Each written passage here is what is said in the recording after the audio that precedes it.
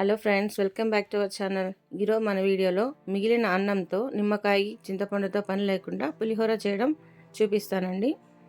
దానికోసం ఒక కడాయి పెట్టుకొని అందులో 2 టేబుల్ స్పూన్ల నూనె, 1 స్పూన్ ఆవాలు, అర స్పూన్ జీలకర్ర వేసుకొని అవి చిటపటలాడిన తర్వాత అందులో 2 టేబుల్ స్పూన్ల పచ్చి శనగపప్పు వేసుకోండి.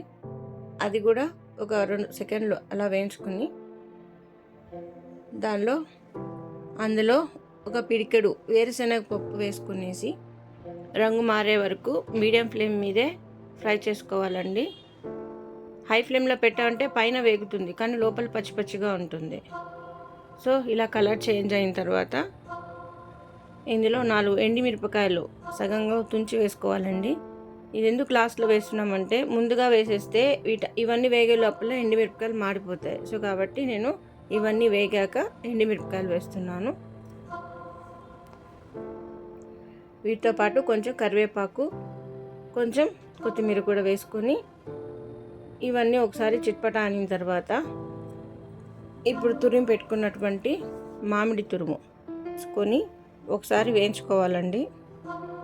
ఎక్కువసేపు వేయించకూడదు.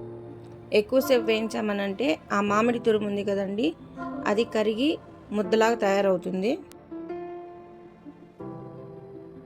సో కాబట్టి జస్ట్ మిక్స్ చేసుకొని అందులో పసుపు 1 స్పూన్ వేసుకోవాలండి.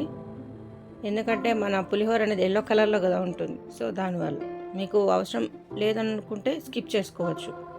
అందులోనే ఒక 2 స్పూన్ల నెయ్యి కూడా వేసాను. టేస్ట్ బాగుంటుందండి, పిల్లలకి ఎంతో ఇష్టంగా ఉంటుంది ఆ ఫ్లేవర్ అనేది. సో ఇప్పుడు స్టవ్ ఆఫ్ చేసేసుకొని దానిలో అన్నం యాడ్ చేసుకోవాలండి.